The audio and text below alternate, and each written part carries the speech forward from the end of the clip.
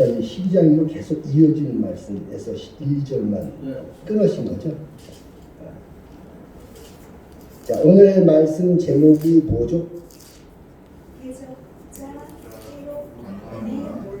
대적자 헤롯 가문의 몰라. 오늘은 헤롯 가문 헤롯 가문이 몇 명 있어요. 거기에 다 당시 이스라엘 사회에 다 연관이 돼 있어요. 헤롯도 몇 명 있고 빌립부터 뭐 이렇게 여러 사람이 있는데 그걸 통칭해서 예수님 어렸을 때 태어나서 그런 관계를 쭉 아마 살펴보면서 하나님의 역사에 대적하는 헤롯 가문이라는 제목을 가지고 사도행전 12장 전체적으로 쭉 아마 목사님이 살펴주실 것 같습니다. 오늘은 이 시간에 1절, 2절 하고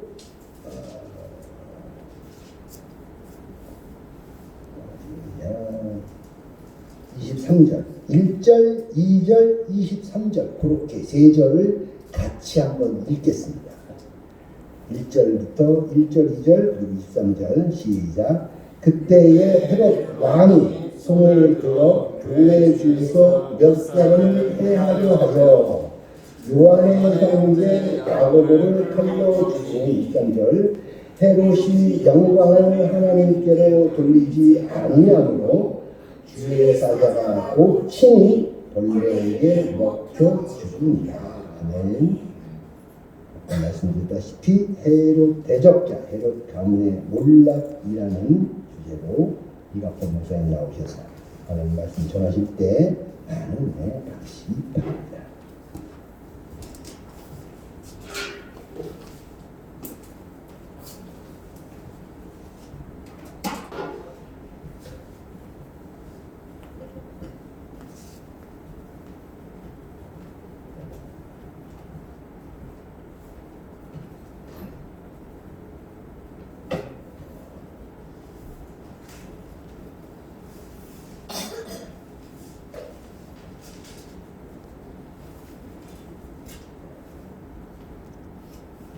아유, 정말 한 사람만 빠져도 교회가 썰렁한데 여러분 나오셨습니다. 근데 중요한 것은 한 사람 영혼이 중요한 거고 또 그 한 사람 한 사람이 자기의 그 기도를 올리고 예배를 드리고 그리고 하나님의 은혜를 깨닫는 시간입니다. 그래서 우리는 그 숫자에 연연하면 안 됩니다. 그러니까 사람이 흔히 그 세상을 살아가면서 굉장히 큰 오류를 범할 때 바로 그거거든요. 우리는 거의 그 비교의식이 많죠. 그래서 세상을 살아가면서 늘 비교하면서 살다 보니까 늘 갈등을 느껴요. 그리고 그 비교가 잘못됐기 때문에 좌절하고 불평하고 시기하고 질투하고 두렵고 여러 가지 그런 감정들이 오게 되죠. 근데 사실은 우리가 비교를 해서는 안 되죠. 안 되는 이유가 나중에 또 기회가 되면 말씀을 드리겠습니다만 제가 그 강의 때도 그렇고 늘 주장을 하는데 이 엄지손가락을 제가 많이 강조해요. 여러분 같이 한번 해보시죠. 이게 뭡니까? 엄지 또 뭐라고 합니까? 최고 또 뭐라고 합니까? 짱 또 그 다음에 이제 따봉이라고 애들이 많이 그러더라고요. 따봉을 제가 왜 따봉이라고 했을까 이제 이렇게 보니까 중국식으로 중국 한자로 이제 생각을 해보니까 이게 대봉 그래서 그 한국식으로 약간 큰 봉우리 높은 봉우리 그런 의미가 아닌가 그렇게 그래서 최고나 따봉이나 같은 의미죠. 그런데 여기에 지문이라는 게 있어요. 지문 여러분 잘 아시잖아요. 그래서 이 지문은 주민등록 발급받을 때 찍기도 하고 그 다음에 공항에 나갈 때도 찍고 이렇게 해서 이 지문에 굉장히 큰 의미가 들었어요. 그러니까 75억 인구가 있잖아요. 지금 지구상에. 근데 75억 인구가 전부 이게 달라요. 그러면 가만히 생각해보세요. 75억 인구가 전부 다르다는 거예요. 그리고 한 부모한테 태어난 쌍둥이도 달라요. 그래서 우리가 지금 외국에 나갈 때 공항에 이거 등록하면 이미그레이션 통과할 때 바로 거치지 않고 나가게 되고, 또 지금 중국 같은 데도 지금 다 등록하고, 미국도 지난번에 갈 때 보니까 전부 그 처음 들어가는 사람들 이거 등록을 하다. 그래서 테러리스트가 들어오면 이것을 막아낼 수가 있고 거짓말을 못하죠. 또 신비한 게 이게 달아져도 나중에 또 똑같은 지문이 다시 생겨요. 일을 많이 해갖고 달아졌더라도 지문이 없어지는 게 아니라 그대로 또 생겨나고. 근데 여기서 그치는 게 아니라 여러분의 그 어떤 뉴스에 보면 경찰의 어떤 살인사건 났을 때 경찰들이 어떻게 합니까? 포리스 라인을 치죠. 그리고 거기 사람들이 못 들어오게 해요. 왜? 그 증거를 찾기 위해서. 근데 경찰이 범인을 잘 잡아내는 이유가 어디가 있냐면 그 범행 현장에서 지문을 찾습니다. 지문을 찾고 그 다음에 찾는 게 머리카락을 찾아요. 왜냐하면 사람이 이렇게 아무리 뭐해도 다니다 보면 머리카락 떨어지거든요. 그럼 머리카락 다 추려가지고 그걸 DNA를 분석하면 그게 이제 누구 거라는 게 이제 드러나는 거죠. 그러니까 우리가 이 머리카락 하나에 인간 그 각각 다른 DNA가 다 들어있는 거예요. 그러니까 손, 머리카락, 또 여기서 그친 게 아니라 요즘에는 뭐예요? 홍채라고 그래서 눈빛이 다 달라요. 그래서 요즘에는 뭐예요? 스마트폰도 눈빛으로 등록을 해놓으면 다른 사람이 열 수가 없어요. 75억 인구가 다 다르죠. 요즘에 이제 병원 같은 데 가도 이걸 등록을 해요. 그래서 병원에 갈 때 딱 처음에 등록을 해놓으면 다음에는 다른 사람이 와갖고 내가 신청하더라도 그 진료를 받을 수가 없고 오직 나만 가서 내 진료를 받을 수가 있죠. 그래서 이 눈빛이 다 달라요.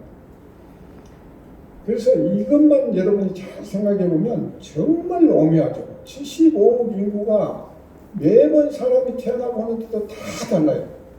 이게 하나님이 만드시지 않으면 인간이 어떻게 할 수가 없어요. 태어나는 것도 인간이 뭐 이렇게 부부가 결혼해서 그냥 낳을 뿐이지 그 눈 만들고 코 만들고 입 만들어가지고 인간 만든 게 아니잖아요. 이렇게 다 다른 존재로 태어난다는 거예요. 그래서 다 귀한 거예요. 희소 가치가 하나밖에 없잖아요.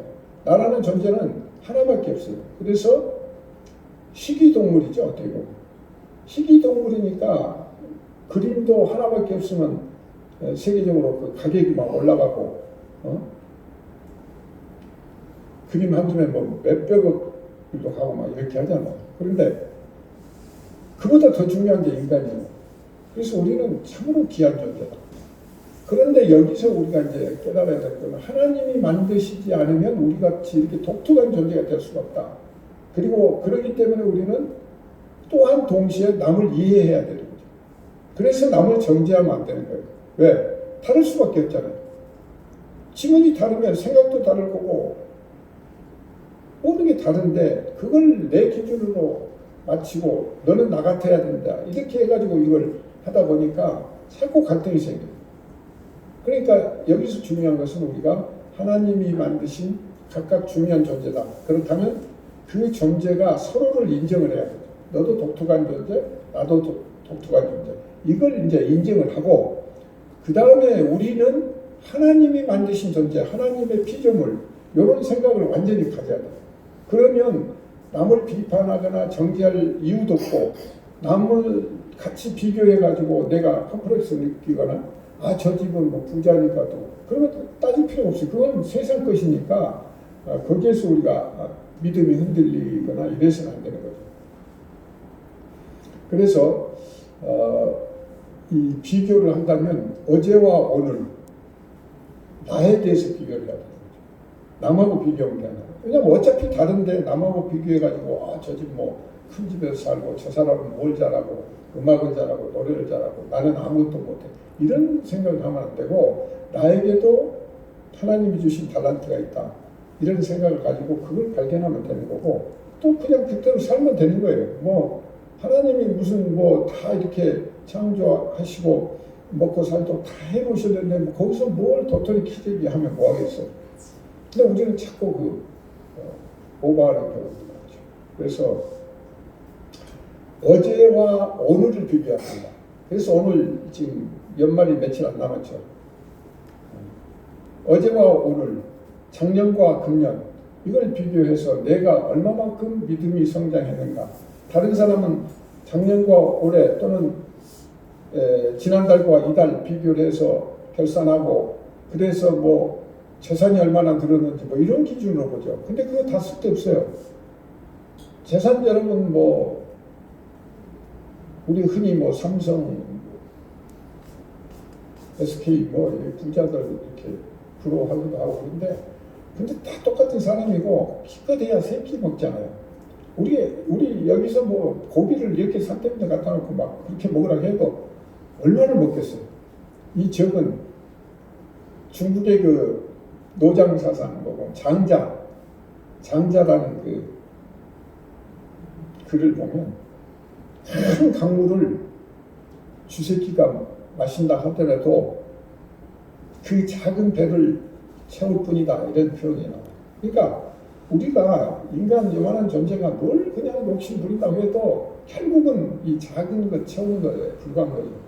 거기서 많은 걸 탐욕하고 욕심낼 필요가 없는 거죠. 그러니까 그런 것들을 깨달으면 우리가 세상을 보는 가치관도 달라지고 그 다음에 하나님에 대한 그런 것들이 달라질 수가 있죠. 근데 우리는 거의 인간이기 때문에 금방 나가면 또 누군가하고 비교하게 되고 그러면서 또 자기를 자학하고 좌절하고 비참해하고 뭐 이렇게 이제 가는 거예요. 그래서 늘 쓸데없는 시간 낭비하고 우리가 고생하고 고통을 겪고 그렇게 해서 고난을 만들어가는 거예요. 우리가 실질적으로 하나님한테 다 맡기고 하나님 뜻에 따라서 살아간다면 사실 그런 거 아무 의미가 없잖아요.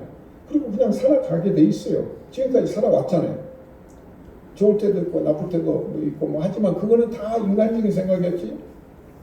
남자들 흔히 만나면 뭐예요? 한참 만나서 연말 뭐 이렇게 가보면 맨날 군대 얘기하잖아요. 젊은 사람들. 야 군대 때 고생한 거. 그래서 야 그때 뭐야 그 영웅담처럼 얘기하고 있는데 그게 추억이 된다면 군대 들어갈 때는 두렵고 불안하고 그런데 군대 갔다 와서 계속 그 얘기만 해요. 만나면 어려웠던 시절 얘기를 해줘. 왜? 그 아름다운 추억이 되는 거예요. 그러니까 지금이 뭐 좋다 해서 그것이 아름다운 추억이 되냐면 그것도 아니고 지금 고통스럽다고 해서 그것이 나쁜 추억이냐면 그것도 아니에요. 하나님이 그렇게 다 깨달음 주시면 그 어떤 것도 다 천국이고 내 마음속에서 잘할 수 있는 거죠. 그래서 지금 연말이 지금 며칠 안 남았는데 우리가 연말이 되면 결산을 한다고 그래요. 그래서 송년회 하고 뭐 망년이라 해서 다 뭔가를 잊으려고 하고 그러는데 사실 우리가 잊어버리고 털어버릴 게 뭔가 이런 것들을 한번 생각하는데 오늘 이제 중요한 말씀은 그 헤롯 가문인데 사실은 우리가 엊그제 성탄절 보냈잖아요. 그런데 성탄절 보내면서 우리는 기뻐한다 그러고 예수님 오셨으니까 세상 나가보면 그냥 바짝바짝 하면서 그냥 먹고 마시고 그 다음에 상술이 모여가지고 막 물건 팔라고 막 이렇게 해서 온통 분위기가 정말 예수 그리스도가 오신 그 의미를 깨닫고 정말 경건한 자세로 자기를 돌아보고 자기 삶과 인생과 앞으로 나아갈 길에 대해서 고민하는 게 아니라 그냥 기뻐하다 보니까 그 캐롤에 의해서 뭐 선물 주고받으면서 그냥 세상적인 기쁨 이런 데 우리가 치우쳐서 사는 그런 위험 요소가 많은 거죠. 그래서 우리가 엊그제 성탄절 보냈지만 물론 기뻐해야죠. 근데 그 기쁨이 어떤 근거가 돼야 되는가? 어디서부터 나온 기쁨인가? 내가 누구한테 선물 하나 받은 그 기쁨이 그게 기쁨인가? 정말 예수 그리스도가 이 땅에 오신 그 구원의 그 기쁨이 어떤 기쁨인가? 우리가 알고 그 기뻐하면 정말 이렇게 요란 떨지도 않고 그러면서 안에서 많은 큰 희열이 일어나고 이럴 거예요. 근데 우리는 거의 세상적인 물질적인 주변 환경에 의해서 영향을 받고 이제 그렇게 보내게 되죠. 그러니까 사실은 엄밀히 따지면 정말 위험한 거죠. 하나님의 뜻은 그게 아닌데 겉으로만 하나님, 예수님 오신 것을 깨닫고 간다면 굉장히 위험하다. 그래서 그런 말씀 들으면서 우리가 인생길을 살아가는데 결코 순탄한 것만 있는 건 아니죠. 어떤 잘 흐를 때도 있고 또 그 물이 가다가 벽에 부딪혀서 맴돌고 못 나가는 경우도 있고 여러 가지 인생도 똑같이 그런 결론들이 있는데 우선 예수님이 오실 때 우리는 기쁨 성탄절 이렇게 생각을 하는데 물론 인간이니까 칭찬을 해주면 다 좋아요. 고래도 칭찬을 해주면 춤추다 표현들이 있듯이 그냥 좋죠. 우리도 그냥 잘한다고 하면 좋고 또 그런 걸 기대하기도 하고 그러죠. 근데 우리가 이게 벗어나야 돼요. 왜냐면 칭찬 잘못하면요 계속 정말 엉뚱한 일들이 벌어져요. 애들도 마찬가지예요. 그러니까 애들이 정말 올바른 길을 가고 있을 때 올바른 생각을 했을 때 칭찬도 해주고 가게끔 하고 또 못 가면 매질을 해야 되는 거거든요. 근데 요즘에는 애들 못 데리게 하고 또 애들 눈치 보느라고 그냥 뭐 하면 야 스마트폰 가지고 가서 놀아라 뭐 과자 사주고 용돈 주면서 이렇게 애들을 키우니까 점점점 애들이 뭐 하나님 알기는 또 더 멀어지고 부모에 대한 효도 이런 개념도 많이 달라지고 그래서 이 사회가 지금 엄청 어려운 사회예요. 이 사회가 정말 갈등의 구조로 이렇게 돼 있기 때문에 우리가 다시 한번 좀 잘 생각하면서 오늘 말씀을 통해서 이제 좀 정리할 거 정리하고 우리의 생각을 정리하는 거죠. 그걸 정리하면서 새해를 맞이하는 그런 계기가 되길 바랍니다. 그래서 우리는 그래서 성탄의 기쁨보다는 우리가 죄악 때 그러니까 예수님이 오신 목적이 뭡니까? 인류를 구원하기 위해서 죄인들을 구원하시기 위해 오셨단 말이에요. 그러면 그렇다면 그분이 오셨다는 의미가 뭐예요? 내가 죄인이라는 걸 먼저 깨달아야 되죠. 그리고 거기서 회개가 일어나야 되는 거죠. 그러고 이제 그 다음부터 시작이 되는데 예수님이 어떤 분인지 모르고 회개도 안 하고 그러고 그냥 기뻐하라고 기뻐한다. 굉장히 이거는 틀린 일이다. 그러니까 예수님이 오신 것은 뭐예요? 하나님이 이 땅에 오실 때는 인간과 하나님과 연결고리 하나님을 알 수도 없고 영적인 그런 부분에 선지자를 통해서 말씀으로만 이렇게 주셨기 때문에 그분을 모르고 그러니까 맨날 구약에 보면 유대인들이 계속 올바른 길을 걸어간 적이 없어요. 여러분 보세요. 전부 몇 사람 빼놓고는 거의가 하나님한테 등지고 그래서 하나님이 늘 질책을 하시면서 또 인도에 가시고 이게 거의 역사예요. 사사기나 여러분 보세요. 다 구절구절이 다 그런 거고 마음에 합한 자라고는 다윗 정도도 보면 그렇게 어려서부터 믿음으로 그렇게 했지만 그래도 바세바 탈선을 하고 막 그러잖아요. 그것도 인간적으로 엄청 큰 죄잖아요. 남의 아내를 뺏기 위해서 유능한 장군을 갖다가 최전선을 보내갖고 죽게 만들고 그렇게 해서 이거는 말도 안 되는 거죠. 그런데 그게 일어나는 거예요. 우리 삶 속에서. 그러니까 우리도 유태한 거예요. 그래서 남사당 놀이 있잖아요. 저는 늘 남사당 놀이 하면 줄타기 하잖아요. 그래서 거기서 춤도 추고 전문가라고 하는데 그 사람도 어느 순간에 떨어질 수가 있는 거예요. 떨어지면 죽는 거고. 그래서 이런 부분들을 우리가 염려하면서 더 나은 내일을 위해서, 더 나은 내년을 위해서, 더 나은 미래를 위해서 우리가 오늘을 돌아보고 과거부터 지금까지 어떤 변화와 믿음의 성장, 성화가 되는지 이런 것들을 좀 깨달아가면서 진정한 믿음, 신앙이 어떤 건가를 좀 우리가 생각을 해봐야 된다고 봅니다. 그런데 오늘 본문에서 보면은 헤롯과 헤롯 가문이 이제 야고보를 죽이고 근데 그또 칼로 죽이는 그런 장면이 나오잖아요. 근데 오늘 12장을 여러분이 나중에 이제 쭉 보시면 그 안에 또 우리 성경 전체 내용들이 압축이 되어 있는데 팩트만 이제 한번 보면서 우리 자신이 좀 더 헤롯을 보면서 야 저놈 나쁜 놈 옛날 나쁜 저거 손가락질하고 그런 스토리 읽듯이 여러분들이 읽고 지나가 버리면 아무 그 도움이 안 되죠. 그 헤롯이 바로 나다 이런 생각을 먼저 깔아요. 왜냐하면 성경을 읽어보시면 헤롯이 그 권력욕이 심해가지고 그 가문이 예수님 오시기 전부터 그 로마에 붙여가지고 왕 분봉을 맡아요. 그래가지고 헤롯 1세, 2세, 3세, 4세까지 다 이게 연결이 돼요. 그래서 전체를 보면 예수님 오실 때 한번 여러분 보신 거예요. 예수님 오셨을 때 예수님 오셨다는 그거 하나 때문에 헤롯이 뭐예요? 그때 태어난 애들 다 죽이라고 했잖아요.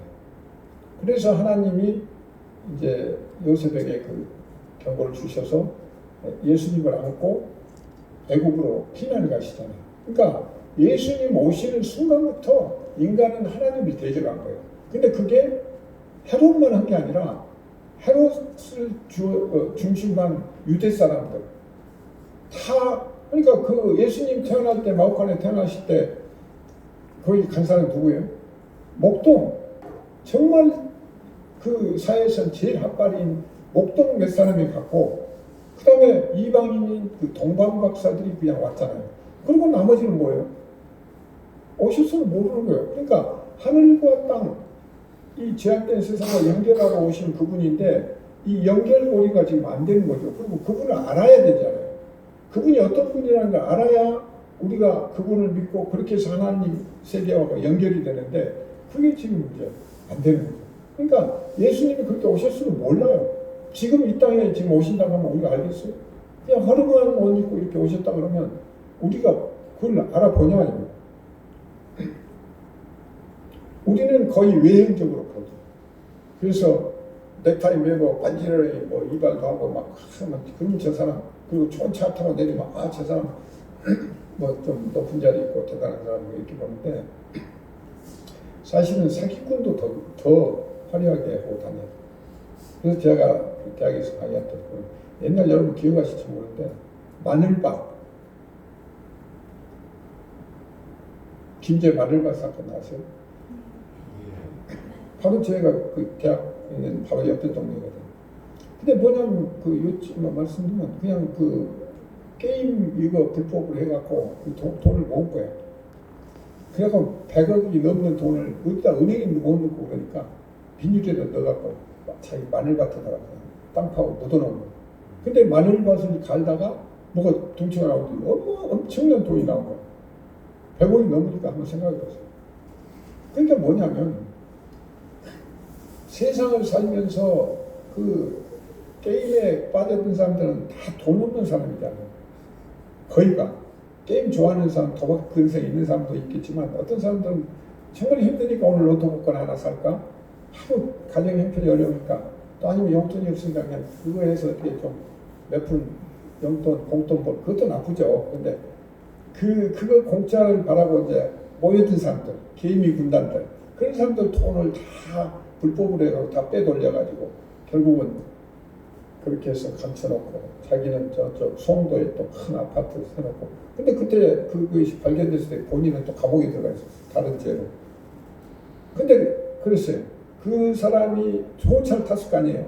그리고 동네 자기 고향에 딱 보면은 우리 동네 출세한 사람 저렇게 고급 승용차 타고 오고 뭐 다들 그랬을까. 그리고 또 탁착 용돈도 몇 푼 동네 사람 다 뿌려주고 선물 좀 하고 그러면 대단한 인물로 갔을 거 아니에요. 그런데 그 이면에는 어때요? 정말 이게 문제죠. 근데 우리 사회의 모든 모습들이 그렇게 갈 수가 있다는 거예요. 그래서 우리가 이 분별할 줄 알아요. 그래서 영적인 분별 능력도 생겨야 되고 그 믿음의 성장에 따라서 그런 것들이 구별될 수 있어야 돼요. 그래서 오늘 헤롯과 그 야고보가 근데 여기 보면은 한 사람은 칼로 죽이는 사람이고 한 사람은 죽임을 당하는 사람이에요. 그러면 여러분이 아까 얘기한 대로 칭찬을 받기를 원하겠어요? 질책을 받기를 원하죠. 다 지칭을 받기를 원하지 않죠. 다 칭찬받기 원하고 너 잘했어 뭐 이런 쪽으로 가잖아요. 사람 누구나 다 그래요. 근데 거기에서 한 발짝 우리가 뒤로 빠져서 되돌아볼 필요가 있다. 사실 그거는 순간적이고 오래 가지 않아요. 그리고 엉터리 가짜가 있을 수 있거든요. 그래서 오늘 우리가 야고보의 그 칼로 죽음을 당하는 그 선택을 우리가 할 수가 있는가? 그런 상황이 왔을 때 우리는 그냥 그걸 감내할 수 있겠는가 하는 거. 참 어렵죠. 할 수는 없어요. 그러나 우리가 믿음이 성장이 되고 성화가 되면 이제 어떤 그런 상황이 올 때 우리는 다 그냥 하나님을 전적으로 믿고 의지하니까 또 천국이 보장이 돼 있고 하나님 나라에 들어가서 하나님과 함께 영원한 평안을 누릴 수 있으니까 우리가 그런 위기에 직면했을 때 언제든지 감내할 수 있는 그런 상태가 되는 거죠.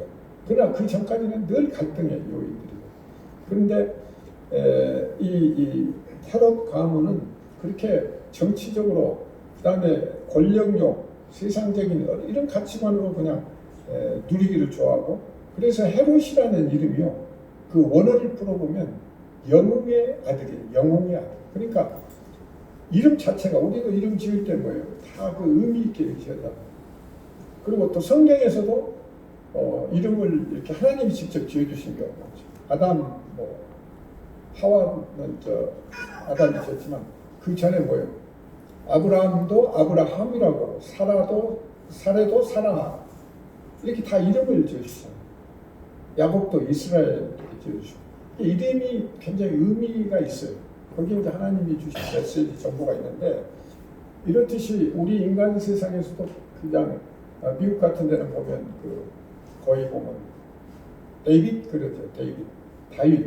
다윗을 많이 따라서 데이빗 이렇게 그리고 또 요즘에 이제 한국에는 그 예자를 해서 예수님 닮았어요. 예담 예자를 넣어가지고 이름도 지키고 하고 근데 옛날에 우리는 여러 가지 다른 이름들을 지어서 이렇게 나가는 거죠. 그런데 이러한 이름 속에도 이제 메시지가 있는데 헤롯은 영웅의 아들. 그러니까 이 사람들 그 선조들부터 이름을 지은 거 보면 뭔가 세상적인 영웅, 소영웅주의, 권력지향적이고 정치적이고 이런 욕망으로 있다 보니까 이 권력이라는 게 그래서 문제예요. 예수님이 그래서 빌라도 앞에서 얘기할 때 하나님 나라는 이 세상 나라와 다르다고 얘기를 하죠. 그러니까 달라요. 그러니까 우리가 그걸 구별하고 봐야 되는데 자꾸 하나님 나라를 갖다가 그러다가 그냥 이 세상 나라하고 똑같이 보고 이렇게 하려다 보니까 그냥 거기에 갈등이 생기는데 어떻든 그 헤롯이 그렇게 이제 초기부터 예수님 오실 때부터 예수님 오셨다는 그것 때문에 그때 태어난 애들을 남들 다 죽이라고 하고 그랬던 것으로부터 시작을 해가지고 그리고 이제 2세, 3세를 넘어가는데 그 1세도 이제 물론 좋은 일을 좀 했죠.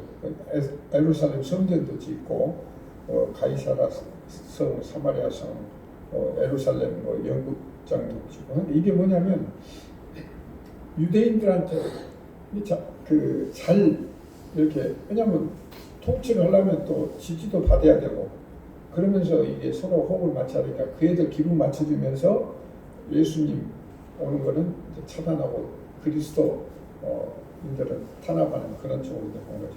그래서 그 사람은 최초도 한 10명이나 됐다고 애들도 많고 이렇게 했는데 어쨌든 그런 통치를 하고 지냈고 그 다음에 헤롯 안디바라고 2세인데 이 안디바라는 것도 이제 옛날 지금 북한의 김정은이 이렇게 이어받듯이 그렇게 권력이 되게 또 이렇게 세속이 됐잖아요. 그러다 보니까 2세도 이제 이해받았는데 이 사람이 뭐냐면 자기 동생 빌립 그 아내 헤로디아 이 아내를 강간해가지고 자기 아내로 삼았잖아요. 그래가지고 보면 뭐예요? 그러고는 이제 한편으로는 그걸 비판한 이제 세례 요한. 그러니까 한편으로는 그냥 자기 약점을 찌르니까 밉기도 하고, 그런데 이 사람은 보통 사람은 다른 선지자적인 그런 거니까 또 두렵기도 하고, 그래서 그냥 그렇게 지냈는데 이제 자기 생일날 거예요. 그 헤로디아 그 딸이 막 춤추니까 그냥 기분을 탁 내거든. 네 소원이 뭐냐? 뭐든지 얘기해라. 다 들어줄게. 이런 식으로. 그러니까 이 애가 가서 춤추다가 끝나가지고 헤로디아 자기 엄마한테 얘기를 해요. 그랬더니 헤로디아도 자기를, 왜냐면 헤롯하고 이렇게 같이 사는 거 간통한 그걸 찔리니까, 그러니까 이제 이때다 해갖고 세례 요한 목을 달라. 그렇게 해가지고 이제 결국 세례 요한을 목을 쳐서 죽이잖아요. 제가 그 이스라엘 방문해가지고 거기 가봤는데 그 성터는 지금 거의 흔적도 없어요. 이렇게 큰 그 능선 위에 모래산 비슷한 데가 이제 성터가 있고, 그 다음에 그 밑에 가니까 완전 깊은 동굴이 더 아래로, 거기다 가뒀대요. 그래서 거기서 끌어내가지고 목을 쳐서 이제 가지고 왔는데, 이렇게 그 2세는 세례 요한을 목을 치는, 그것도 정당한 그게 아니라 자기의 그 부끄러운 걸 감추기 위해서. 이게 이제 인간의 아주 창세기부터 그래요. 그러니까 선악과 따먹은 아담과 하와가 숨잖아요. 하나님이 숨고 부끄러워하잖아요. 그 전에는 부끄러운지도 몰랐는데 부끄러워. 그래서 나무로 이렇게 가리고, 그 하나님이 그걸 찾으시면서 가죽 옷을 입혀서 이제 내보내시는, 그게 다 그게 이제 의미가 있는 거예요. 그런데 여기에 마가복음 6장 19절 22절에 보면 이렇게 보여요. 헤로디아가 요한을 원수 여겨 죽이고자 하였을 때 하지 못한 것은 헤롯이 요한을 의롭고 거룩한 사람으로 알고 두려워하여 보호하며 또 그의 말을 들을 때 크게 범밀하면서도 달갑게 들으리라. 그러니까 요 상태를 보면 갈등 구조잖아요. 말은 오르니까 또 들으면서 또 한편으로는 찔리니까 늘 우리 인간 사회가 그 매일의 삶이 이렇게 가니까 막 피곤하고 힘들거든요. 그래서 이제 제거를 했는데, 제거했다고 해서 그러면 모든 게 해결되냐면 그게 아니죠. 최소한의 그 양심이 있다면, 그리고 그 후대까지 이제 가는 것을 한번 보시죠. 요때 이제 그 예수님도 갈릴리 그 분봉왕이거든요. 그래서 예수님도 갈릴리에서 활동을 했기 때문에 그 관할하에 계셨는데, 결국은 그 체포돼 갖고 빌라도 앞에 가시잖아요. 그래가지고 빌라도 앞에 가서 이제 하는데, 빌라도 앞에 갈 때도 뭐예요? 뭐 성경에 보시면 십자가에 그 처형하라고 외치는 것도 무리 군중이었어요. 우리하고 똑같은 사람들이었어요. 거기서 예수님을 잡아다가 체포를 하고, 그 다음에 그걸 처형해야 한다고 계속 주장했던 게 무리예요, 다. 그리고 뭐 제자 몇 사람 있으면 그 사람들 다 또 나중에 결정적 때 도망가고 그랬잖아요. 그러니까 그래서 누가복음 23장 1절부터 보면 무리가 다 일어나 예수를 빌라도에게 끌고 갔어. 예수를 빌라도에게 끌고 가가지고 이제 처형을 하라고 이렇게 하니까 빌라도가 그때 얘기를 하죠. 내가 유대인의 왕이냐? 그러니까 예수님이 내 말이 옳도다. 그러니까 이제 빌라도가 그럼에도 불구하고 이 사람은 죄가 없다고 얘기를 하죠. 그런데도 무리들은 더욱 강하게 말하되 그가 온 유대 갈릴리에서 시작해갖고 여기까지 예루살렘이니까 갈릴리 쪽 변방에서부터 시작해갖고 지금 오늘 이 예루살렘까지 와가지고 지금 백성들을 소동하고 이렇게 요란을 뜬다. 이거는 이제 처단해야 된다. 이런 주장을 하는 거죠. 그때 빌라도가 갈릴리부터 시작했다고 그러니까 갈릴리 사람이라는 걸 알고 이것을 죄가 없다고 그랬잖아요. 그러니까 자기가 이제 또 빌라도도 통치자니까 눈치를 안 볼 수는 없고, 그래서 이제 헤롯한테 넘겨요, 예수님은. 그러니까 헤롯이 그것을 또 마치 그때 예루살렘에 와 있었어요. 헤롯도 그 갈릴리 통치하던 사람. 와가지고 마침 와 있으니까 예수님은 이제 거기서 또 대화가 이루어지죠. 빌라도가 듣고 그가 갈릴리 사람이니 물어 헤롯의 관할 수고한 줄 알고 헤롯에게 보내니 그때 이제 결혼해서 나오거든요. 그래서 거기서 이제 헤롯하고 대화했는데 결국 헤롯도 이제 다시 빌라도 보내가지고 이제 예수님을 처형하는 그런 상황이 됩니다. 그래 어떻든 이렇게 해서 그 최초의